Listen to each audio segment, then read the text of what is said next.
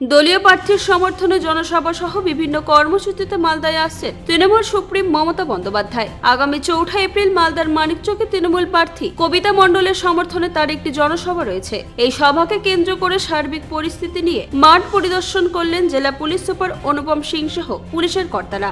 মানিকচক ব্লকের এনায়েতপুরের ফুটবল ময়দানে আগামী 4 এপ্রিল জনসভা করবেন তৃণমূল সুপ্রিম মমতা বন্দ্যোপাধ্যায়। মাঠ পরিদর্শন করার মধ্য দিয়ে এই ময়দান মুখ্যমন্ত্রীর জনসভার জন্য যথোপযুক্ত রয়েছে বলে জানালেন জেলা পুলিশ সুপার অনুপম সিং। পুলিশের পদস্থ কর্তারা মাঠের বিভিন্ন দিক ঘুরে দেখলেন এবং তৃণমূলের নেতৃত্বদের আয়োজন করার জন্য ছাড়পত্র দিলেন। আজকে আমরা মানিকচক এসি আন্ডারে ইনায়েতপুর ফুটবল গ্রাউন্ড আছে, এটা দেখতে এসেছি। আমাদের আগামী কিছুদিন মধ্যেই এখানে যে সিএম আছেন ওনাদের প্রোগ্রাম আছে, ওর জন্য আমরা মাঠ দেখতে এসেছি। কেমন দেখলেন, মাঠে কি করা যাবে?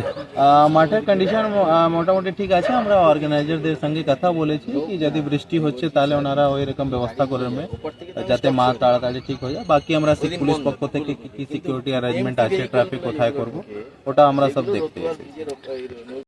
আজকে ইনায়েতপুর মাঠে, ইনায়েতপুর ফুটবল গ্রাউন্ডে প্রশাসনের তরফ থেকে এসপি সাহেব ছিল, আরও পুলিশ আধিকারিকরা ছিল, ওনারা এসেছিল এই মাঠের পরিদর্শন করতে। আগামী 4 তারিখ এপ্রিলে আমাদের মাননীয় মুখ্যমন্ত্রী একটা এই মাঠের জনসভা করবেন। ওই জনসভা যে করবেন তো ওটার জন্য ওনারা এসেছিলেন ইন্সপেকশনে দেখার জন্য সব ঠিকঠাক আছে কিনা। ওনারা দেখে আমাদেরকে অ্যাপ্রুভও করে দিয়েছে যে আগামী 4 তারিখে মুখ্যমন্ত্রীর প্রোগ্রাম হবে এই ইনায়েতপুর ফুটবল গ্রাউন্ডে। এটা অ্যাপ্রুভ করে দেবেন উনি কথা বলে। আপনাদের প্রস্তুতি কেমন আছে? আমাদের প্রস্তুতি এই আজকে আমরা অ্যাপ্রুভাল পেলাম, এবার আমরা নেমে যাচ্ছি প্রস্তুতিতে।